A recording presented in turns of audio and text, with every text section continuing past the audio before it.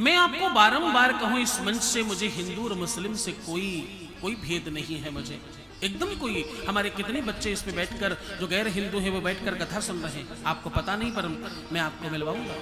वो बैठकर सुन रहे हैं, बड़े आनंद से श्रवण करते हैं और पूरी तरह से परमात्मा की और वैष्णव संप्रदाय को पूरी तरह से मानते हैं, पूरे सनातनी है उसकी प्रकार से आचरण करते हैं। तो मेरा उसमें कोई भेद नहीं है, मैं उसमें नहीं जा रहा हूं। मैं तो कह रहा हूं कोई आतताई तत्व का रिप्रेजेंटेटिव या उसी का कोई अंश। जरा सी वीडियो में, छोटे से क्लिप में मैंने देखा, वो कह रहा है कि मैं ऐसे धर्म में क्यों विश्वास करूं जहां जानवरों को मां समझा जाता है।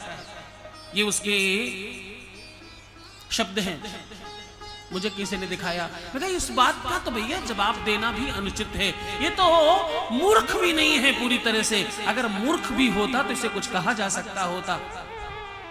इस बात में हजारों जवाब हैं, करोड़ों बातें हैं, पर उस बात को उसे समझ आएगा क्या?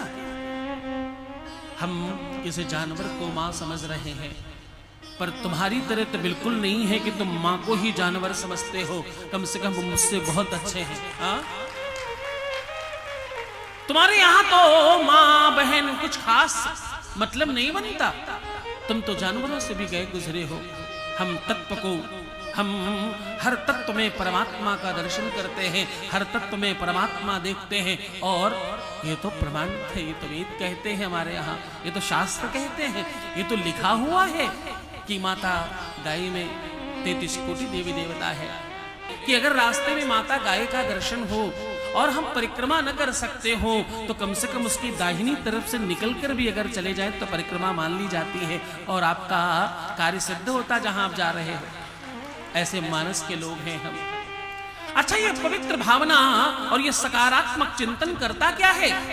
ये तुम्हारे मन मस्तिष्क के जो बहुत छोटे छोटे कण हैं, जो अंदर, आप उसको सामान्य भाषा में कह सकते हो कि बल्ब लगे हैं। वैसे न्यूट्रॉन, प्रोटॉन और जाने क्या क्या लैंग्वेज में वैज्ञानिक इसको रिप्रेजेंट करते हैं। तुम तो ये छोटे छोटे बल्ब लगे हैं विवेक के अंदर, वो जलते ही तब हैं जब तुम्हारा चिंतन उस प्रकार का होता है, जब तुम मुस्कुराते हो, जब तुम सकारात्मक चिंतन करते हो, जब तुम हर किसी को अच्छी तरीके से देखते हो तो वो बल्ब अंदर के जल जाते हैं। यानी वो जो रेड सेल्स हैं वो एक्टिव हो जाते हैं और फिर तुम अच्छा सोच पाते हो, फिर तुम अच्छा विचार कर पाते हो। और अच्छा सोचना, अच्छा विचार करना तुम्हारे पूरे के पूरे स्वरूप का दर्शन कराता है।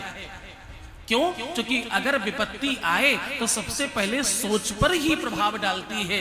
सोच अनुकूल हो तो विपत्ति आने नहीं पाती।